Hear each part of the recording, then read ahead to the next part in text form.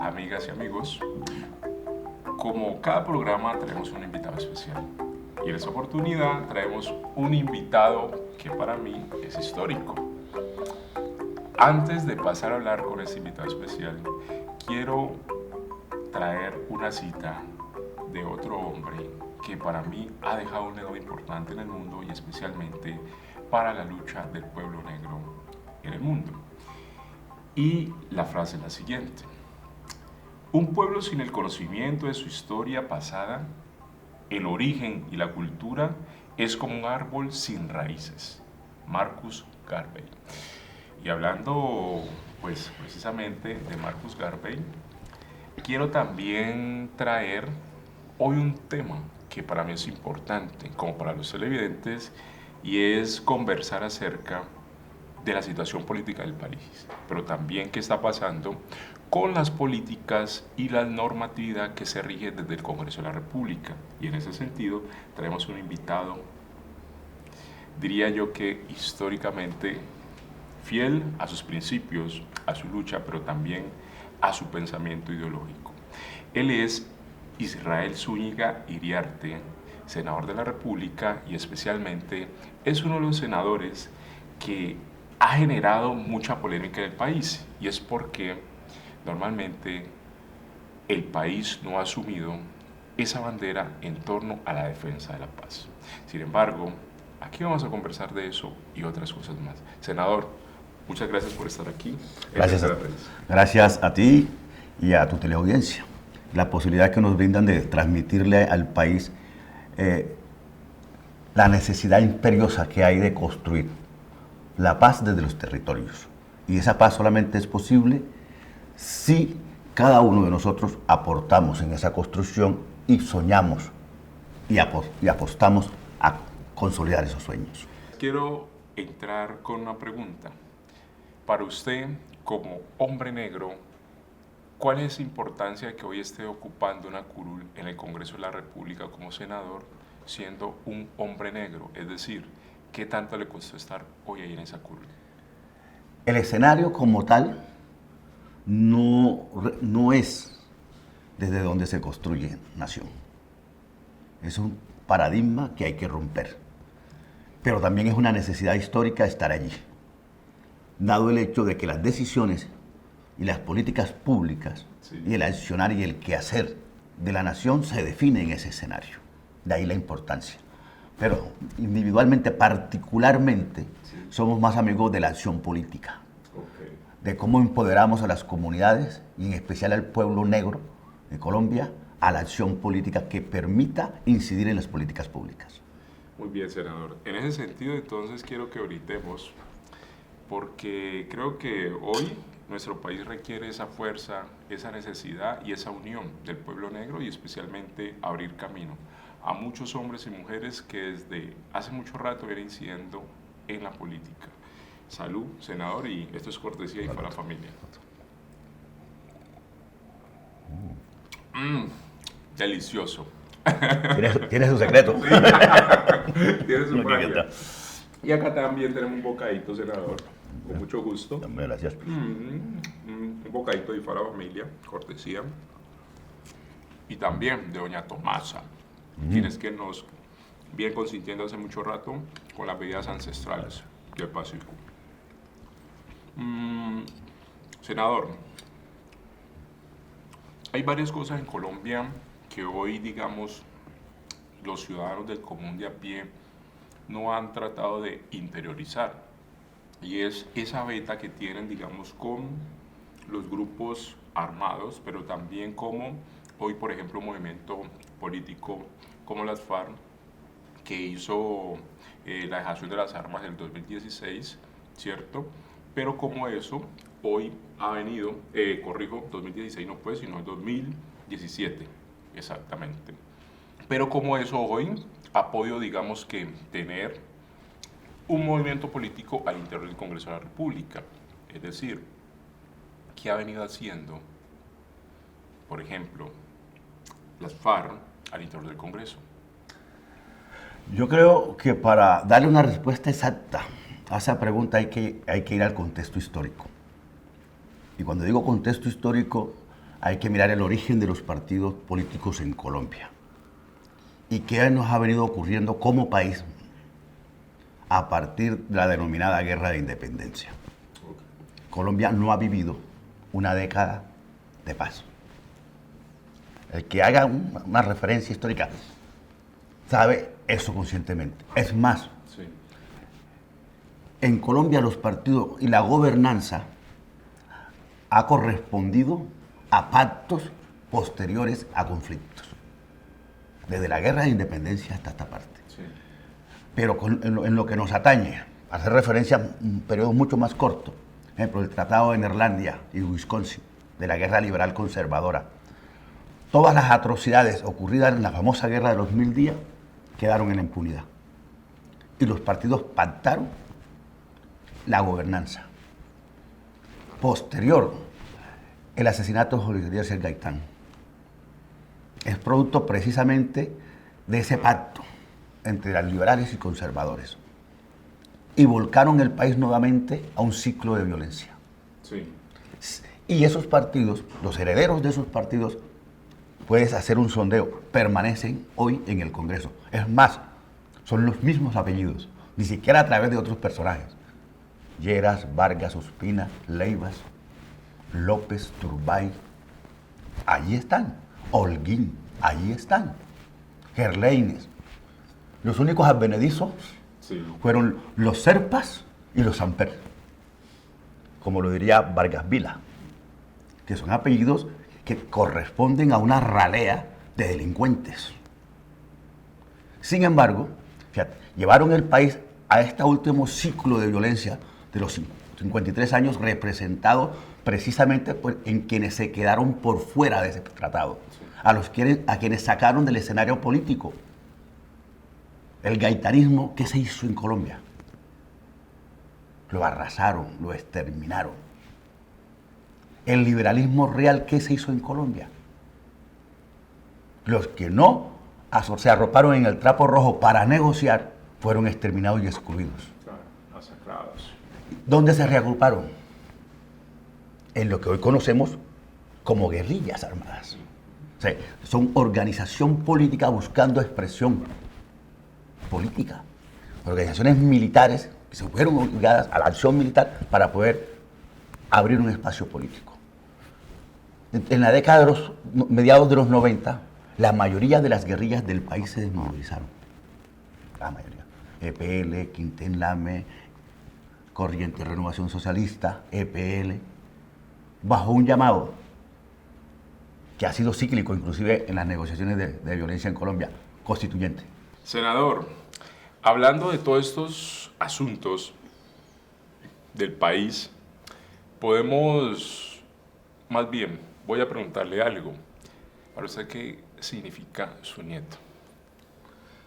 La vida y la proyección de la vida, la concreción de la esperanza. Cuando uno tiene sueños, los hijos reverdecen esos sueños, pero los nietos Sí. son otro nivel, por decirlo de alguna manera, en materia de la afectividad, porque concentra la afectividad y en el sentido que ya es la prolongación en tercera generación de uno. Ok, importante. Si pudiese definir a su nieto en una palabra, ¿qué palabra definiría? Ternura. ¿Hace cuánto no lo ve? Ahorita tengo 2 meses. 2 meses. Sí. Pero está en constante comunicación. Claro, el hombre ya es, con esas nuevas tecnologías, esos muchachos ya traen el chip incorporado y al hombre manda mensajes. Bien, senador. En ese orden de ideas, ¿cómo hace una persona como usted, diría yo una figura, tanto nacional como internacionalmente? Es decir, usted es un hombre histórico para el país, pero también para el mundo. Sin embargo, ¿cómo ha tratado de manejar usted esa situación? Sabemos que en términos de seguridad nuestro país está totalmente complejo, pero usted como ciudadano, ¿cómo es su cotidianidad? Hay un elemento que hay que resaltar. Por las condiciones mismas y mi procedencia y mi participación en el conflicto interno armado, Sí. al concluirlo hay un periodo donde los términos de reencuentro con la sociedad no han sido los mejores en el sentido de que no se han tomado las medidas objetivas, porque la seguridad no es tener 10 escoltas, 3 carros, no, la seguridad es la posibilidad objetiva de que la gente desmonte la agresividad sociológica. Sí. ¿Por qué digo agresividad sociológica? Es el estigma que te conlleva a mirar a otro ser humano como tu contrario, como tu enemigo. Sí. Y hoy tenemos la necesidad de deconstruir esos conceptos. El concepto de enemigo y volvernos a mirar bajo el concepto de iguales, de seres humanos. Ese es el logro máximo de cualquier mecanismo de seguridad. Nuestro país actualmente atraviesa una coyuntura fuerte en torno a la imposición de impuestos, digamos que a la deslaboralización, pero también en torno a otros asuntos que nos competen. ¿Cómo desde el partido que usted representa se han venido pensando la renovación y especialmente la presidencia de la República? Yo en particular, cuando hablas de la reforma tributaria y los temas económicos, yo estoy en la Comisión Cuarta. Ok, importante eso.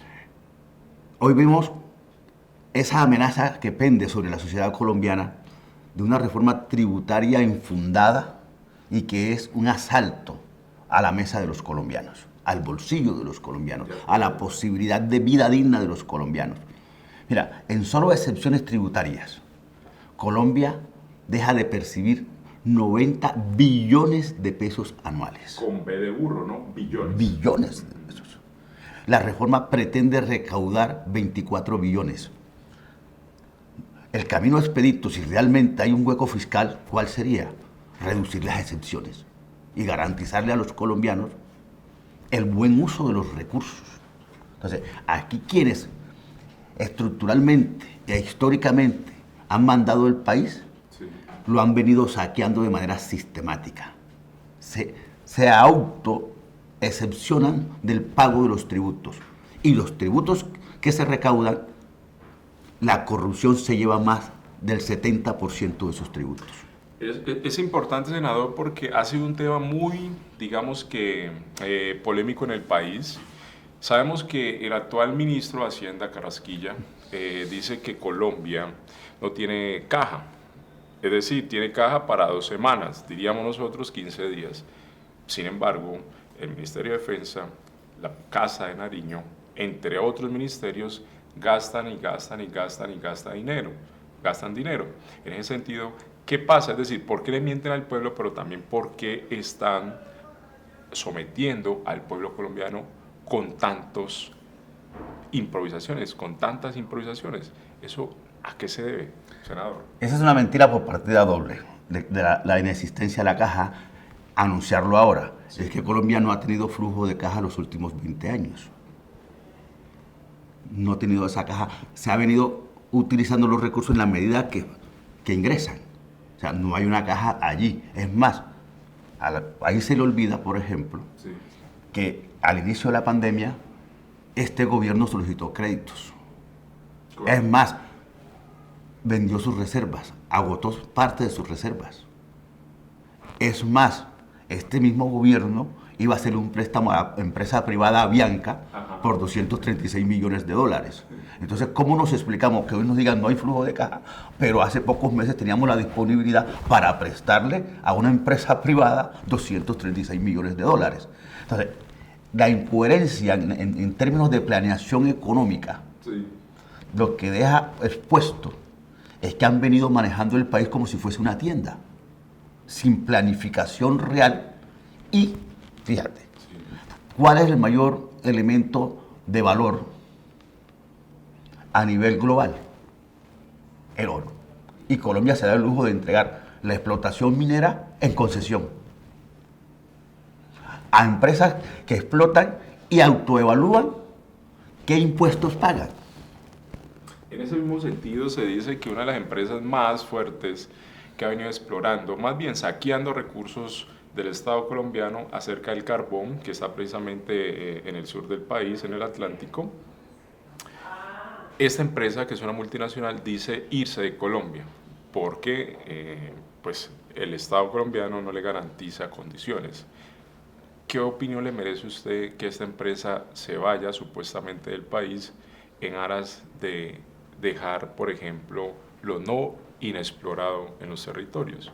Es una locura, fíjate. El proceso de explotación de carbón en Colombia es un elemento tan particular que Colombia terminó pagando para que se llevaran el carbón. Y está demostrado, pagó para que se llevaran el carbón. Dos, la Glencore, que es el actual explotador de carbón en el Cerrejón, exactamente en La Guajira y en el Cesar, hoy lo que está buscando es que se le garanticen mayores exenciones de impuestos. Claro, el precio del carbón ha decaído, Sí. pero ellos jamás tributaron cuando estaba en alza. O sea, aquí se socializan las pérdidas y se privatizan las ganancias, que es la máxima del neoliberalismo. Senador, por otro lado, ¿qué se le viene a la mente cuando escucha el nombre de Garvey? Libertad. Marcus Garvey. Libertad. Es decir, esa persona para usted, ¿qué significado dejó para la humanidad? El legado de Garvey, inclusive, todavía no se ha logrado dimensionar en su justa proporción. Malcolm, el reverendo del hombre del sueño, Martin Luther King, Mandela, hay que bebieron de la fuente del pensamiento de Garvey en el tema de reivindicación y rehumanizar al hombre negro, porque al hombre negro lo deshumanizaron. Cuando la sociedad se racializa, se desconoce la condición de humano del otro y se le trata como un objeto. El gran aporte de Marcus es precisamente ese, lograr rehumanizar al hombre negro. En esa misma dirección, Colombia en ese momento políticamente se encuentra dividido. Sin embargo, dentro de toda una convergencia política y social que agrupa, digamos, el modelo progresista, se ha denominado el pacto histórico en Colombia. Sin embargo, hay otras fuerzas en el país que también están apostando a la presidencia de la República. ¿Qué opinión le merece usted el candidato Gustavo Petro versus a la candidatura de Francia Elena Márquez Mina? El ejercicio del pacto histórico, hay que decirlo con claridad, es una postura política contra un ejercicio político actual que es el uribismo. Y el uribismo representa a un sector de la sociedad que se ha enquistado en el poder desde el momento mismo de la supuesta independencia de la metrópolis española. Sí. Hoy la propuesta del pacto histórico es contra ello. Yo realmente digo, bueno, es una expectativa y es una alternativa, pero aquí hay que construir, llegar a consensos para construir, no para destruir. Correcto. Y en tal sentido, yo convalido la convocatoria del pacto histórico, pero veo una necesidad urgente, y es que empecemos a construir a partir de las identidades y los consensos sociales. Y en tal sentido, por ejemplo, las reivindicaciones del pueblo negro colombiano no están reflejadas hoy dentro del pacto histórico. Correcto. Y por tanto, entonces, mi afinidad y aplauso con referencia a esta candidatura que llena de esperanza al pueblo afrocolombiano que se representa en Francia Márquez, a la cual hay que rodear para poder incidir y plantear en el tema programático de lo que se está construyendo. Senador, si en ese momento tuviese 50 millones de pesos en su bolsillo, ¿a quién se los regalaría? ¿Y por qué? Yo no soy amigo del asistencialismo. Okay. O sea, el tema no es regalar, el tema es cómo construimos y cómo contribuimos a que a cada casa, a cada ser humano, se le pueda garantizar la convivencia y la vida digna. ¿Por qué usted cree, o más bien está convencido, que el pueblo colombiano y especialmente los ciudadanos y las ciudadanas tenemos que estar dignamente en ese país? Es una aspiración de reconocimiento.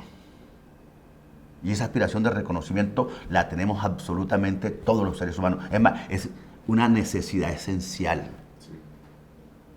y en tal sentido coadyuvar a que cada ser humano no tenga que mendigar derechos. Porque a veces creemos que se mendiga simplemente cuando se tiende la mano a recibir una limosna, un peso Sí. o un objeto. No, a veces hasta los derechos hay que reclamarlos. De acuerdo. Y yo insisto, cada ser humano debe ante todo reconocerse como sujeto de derecho, como constructor social. En toda la trayectoria que usted tiene dentro del proceso, o más bien conflicto armado interno en Colombia, hay una persona, o más bien una persona, la cual para usted significa o significó mucho, porque se dice que era su mano derecha, el señor Mono Jojoy. Las identidades con el mono, con Jorge, parten a partir de su comprensión de las reivindicaciones del pueblo afro, más allá de su condición étnica. Era un hombre con una disposición y una apertura y un arraigo Sí. en defensa de las reivindicaciones afro. Y eso marca y un compromiso de vida para con las transformaciones del país. ¿Qué le llevó a usted, senador, a adentrarse como uno de los comandantes más fuertes de las FARC en Colombia? El sentido de dónde nos movimos. Yo me moví en el Andén Pacífico, específicamente en el Chocó. Y la fortaleza está, y estuvo, y va a seguir estando, en el relacionamiento con las comunidades. En identificarnos con esas comunidades y no llevarles banderas, sino recoger sus banderas. ¿Por qué usted cree que el departamento del Chocó ha estado tan abandonado por el Estado colombiano, pero también porque las mismas, o más bien esas personas que pueden ser nuestros primos, hermanos, tíos, etcétera, han llevado en oportunidades a que el Chocó no avance? Lo del Chocó hay que analizarlo en contexto histórico, como todo el Andén Pacífico, pero en particular en el Chocó hay una situación. Yo le llamo la venganza de la colonia. Okay. ¿Por qué? Porque allí en el Chocó se da un gran porcentaje de cimarronaje. Los negros que huyen del Cauca, Sí. Valle del Cauca, de lo que hoy se conoce como eje cafetero, de la gran hacienda, termina en el departamento del Chocó. En el Chocó hubo explotación minera, porque a la gente se le olvida, por ejemplo, que la primera capital de Antioquia es Santa Fe. Y de Santa Fe se salen los caminos al río Bebará y Bebaramá, que son la fuente de la riqueza y de la pujanza antioqueña. Claro, pero finalmente eso nos lleva ahí, al canal de Panamá. Exacto, que son la fuente de esa riqueza acumulada de estos denominados antioqueños, que son la escoria española que se refugia allí, con una mentalidad mercantilista y esclavista. Entonces, la visión colonial sobre ese territorio es la que tiene sumida Sí. en la pobreza y en la miseria a esa población, que es la más rica del país, es la región más rica del país. Pero hoy se le sigue mirando como la reserva de los intereses de quienes siempre nos han mirado con una visión colonialista. Entonces, hasta el territorio, y no solamente el territorio, el tejido social y humano existente allí, es sujeto de esas miradas. Entonces, la pobreza del Chocó hay que analizarla en contexto histórico. Muy bien. Senador, voy a pasar a otra pregunta. Dentro de su posición como político, como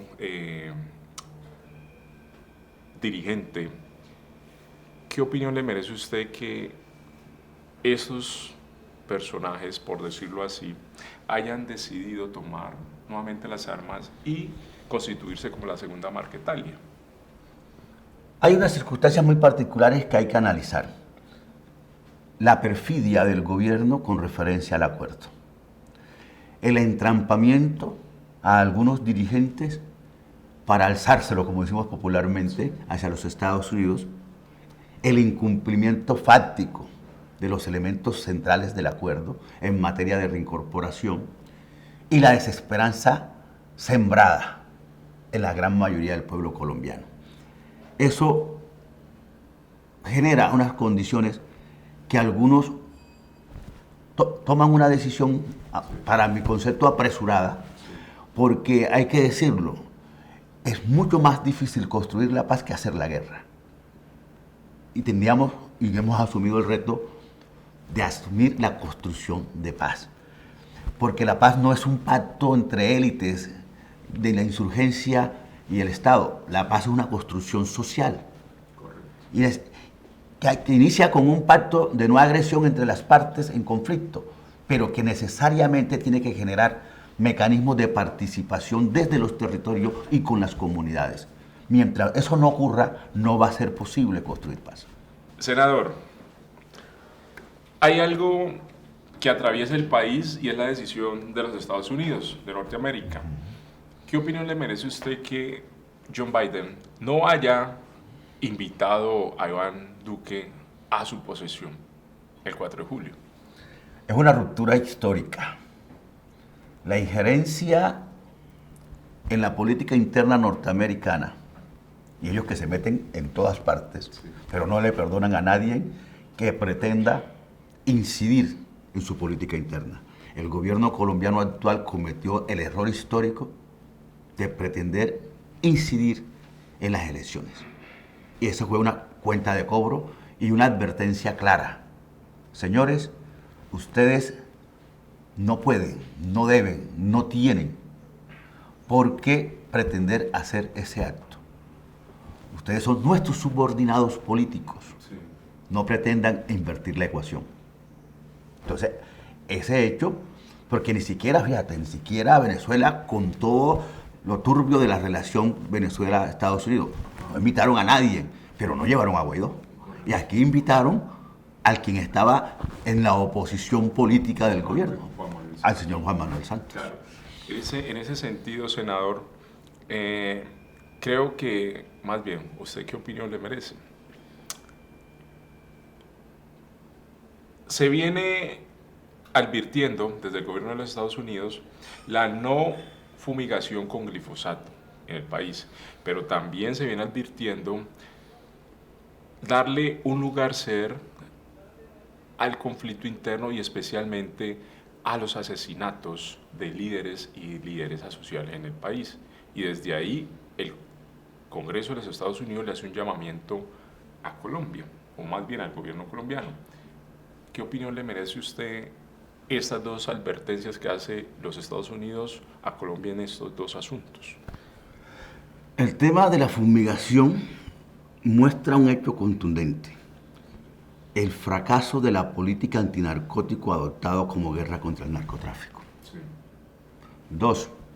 El fenómeno del narcotráfico es la máxima de la acción y de la visión capitalista de la sociedad.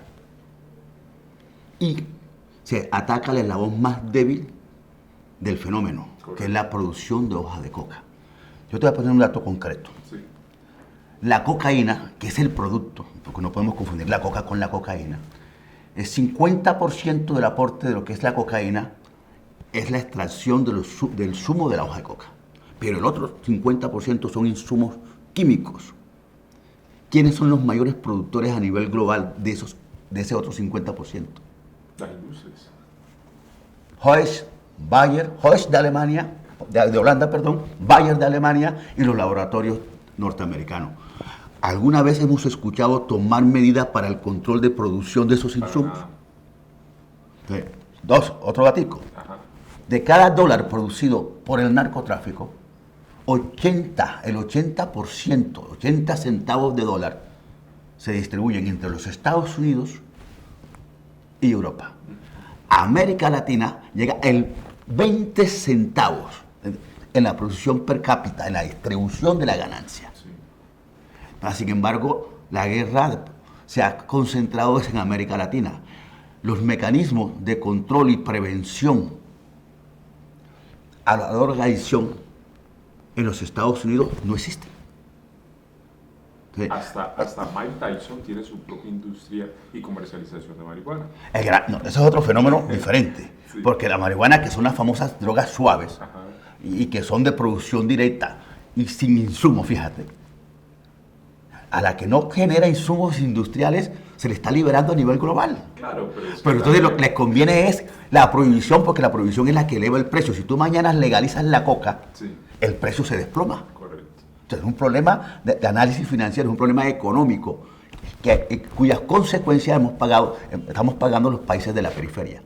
Los países que tienen grandes consumidores, como Europa y Estados Unidos, no les conviene la legalización. Correcto. Canadá, por ejemplo, es uno de los países que viene a comprar insumos a Colombia para comercializar allá, supuestamente, la marihuana. Sin embargo, acá en Colombia no le dan autorización al movimiento campesino indígena para industrializar su producto. ¿Eso a qué se debe, senador? Negocio, business. ¿Qué ocurre? Fíjate, las licencias de producción y exportación de marihuana están en manos de los canadienses. Sí. Pero averíguate qué familias de Colombia son socios de las empresas canadienses a las cuales se despide licencia. Pregunta por los Galán Ok. y pregunta por otras familias que igualmente son socios accionistas de las empresas que tienen licencias. Sin embargo, por ejemplo, departamentos como el Cauca tienen que pagar el costo social de la prohibición interna. Para cerrar, senador, ¿qué viene para usted como dirigente y político en este país? Seguir construyendo desde la base, seguir acompañando a las comunidades, seguir generando acción política que permita que la agenda legislativa afro tenga cuerpo mañana. Senador, gracias por estar en Tercer País. Una vez más, amigas y amigos, damos fin a su programa Tercera Raíz TV. Recordarles que hay que buscar el corazón desde la raíz. Hasta pronto.